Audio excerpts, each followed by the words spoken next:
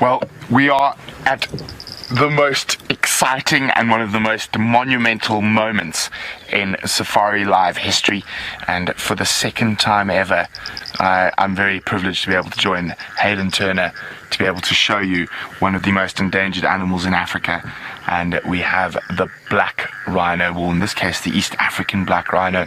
And I know there's been a lot of discussion about whether we should or shouldn't and show them, but this is a completely different ecosystem to the Sabi Sands. There's only about 30 left in the whole Mara, and they are constantly monitored every day by rangers. They know where each individual is. I've actually seen this particular rhino from up in the air. It is the dominant bull that rolls around the Mara River, and this is just too exciting. I actually can't contain myself. And just one word tweet: how does seeing a rhino live in Kenya make you feel? Hashtag Safari Live on Twitter. One word tweet: how does it make you feel to see a black rhino for the first time ever in Safari Live history? Because I think the only other rhino ever shown was a white rhino. So there we go, a black rhino bull marching off into the thickets. This is just too incredible for words. Now, we've seen quite a lot of them, a lot of the individuals that live around here, and he is a particularly feisty character. He's got such wonderful attitude. He even gave us a little snort when we first saw him. But I think he's on a mission heading up towards directly below Ngama, where there might be a girlfriend or two, although his girlfriend in this area has got a sub-adult and is not quite willing to accept his advances just yet. This is just too incredible for words. Now, I know, as I said, a lot of people were umming and ahhing on whether this is the right decision or wrong decision, and we've discussed, and I've lost comms with Final Control, so I'm just going to keep talking for now. And so, there we go, they're back. Okay, they're back. So what has happened is we've discussed with the management of the Mara and everyone. And of course, if anything changes, we will change that decision. But we're under I'm personally under the feeling that the more you know something, the more you like something, the more you love something, the more you will protect something. Oh, there we go. Our first one-word tweet from Angelina. Astounded. Yes, it is astoundingly wonderful, Angelina. And he is going to disappear quite soon into those thickets, but we're going to enjoy every last second with him while we can. Now, as I said, these rhino are actually monitored on a daily basis. Out of a 24 period, they probably have 8 hours where rangers spend time with them and watch them. And this is actually a rhino we don't see as often because he tends to be in the no off-roading zone around the Mara River. So this is extra special to see this particular gentleman as he's on his morning march. Mary, astounded. Well, Mary, I am astoundingly happy to be able to share this experience with you. And one must remember that, like animal behavior in different parts of Africa, we have different situations and different views that warrant different responses, and that's why we are comfortable showing a rhino in the Mara. And the fact that these animals are so well protected, and that the guys here do such a fantastic job keeping an eye on them, and the Maasai people are so proud of the wildlife heritage they have, that I feel for any poacher who tries to come here, because he might end up on the end of a spear.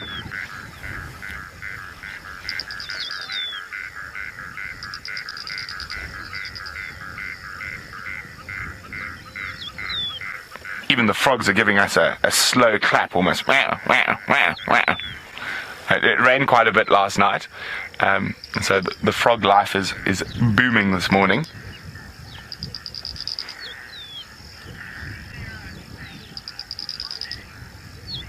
Sarah, I think Sarah's actually hit the nail on the head here in terms of that one-word tweet, honoured.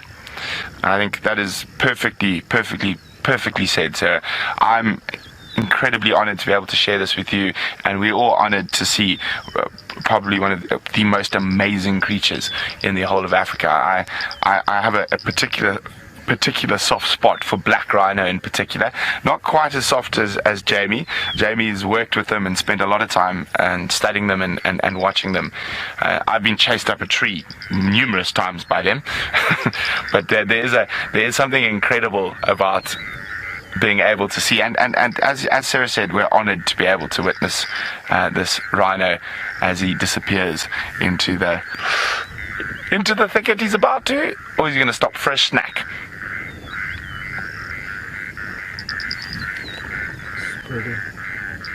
Oh, he's stopping to mark his territory.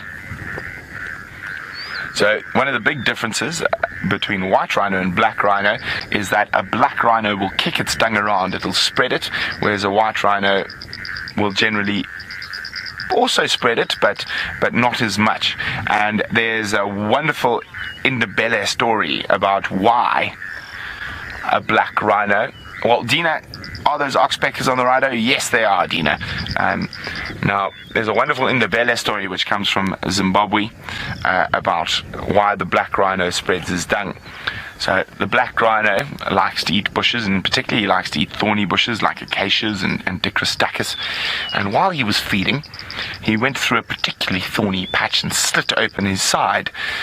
And it was quite sore, and he wanted to get some stitches, but he didn't know how to stitch. So he went to the only animal in the African bush that has a needle. Who else would you go to but the porcupine?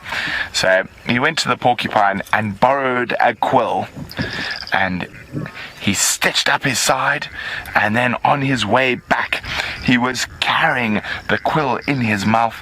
And black rhinos have this particular trot, they sort of, and while he was trotting and breathing, as they breathe quite heavily, he just went, and he swallowed the quill. And he's been, to this day, too embarrassed to go to porcupine because he's never been able to return the quill. So when he has a movement, as James Henry would say, he kicks it around, and he's continuously searching for that porcupine quill so he can return it to porcupine and they can maintain their friendship. It's probably been about 1 million years now, so he's probably out of luck. But that rhino has disappeared. That was just too incredible. I didn't catch the name there, but someone was asking about rhino vocalizations, and black rhino vocalizations in particular are some of my favorite. I'm going to embarrass myself heavily by trying to mimic, but they talk in squeaks and squeals is the best way to describe it. Now that sounds nothing like a black rhino, but I tried. But wasn't that incredible? A black rhino bull, it's the first for me ever on Safari Live, and I hope you guys enjoy it, and please understand that we didn't go into this lightly. There was lots of discussion with the management of the park, the rangers, the Maasai people who own the land there, and it wasn't something we just decided, oh, we're going to do it now. There was obviously a lot of consideration, and if something happened to change and we felt that we were in any way aiding the nefarious factions of the world in terms of getting hold of rhino, we would stop it again immediately. And so, as I said, it's not something we went into lightly, and we were just very honored and privileged that we are able to show these incredible creatures. And the rhino monitors do such an amazing job here, and they're actually, out of the 30-odd black rhino that are in the Masai Mara system, on a daily average, almost every single one of those animals is monitored for more than a few hours a day to make sure that they are safe. And as I said, I feel sorry for a poacher who walks into this place. He might end up on the wrong end of a spear. So, yay! Wasn't that amazing? So we're going to do a little bumble down the road. So Jandre is going to take you on a little wander around with the camera.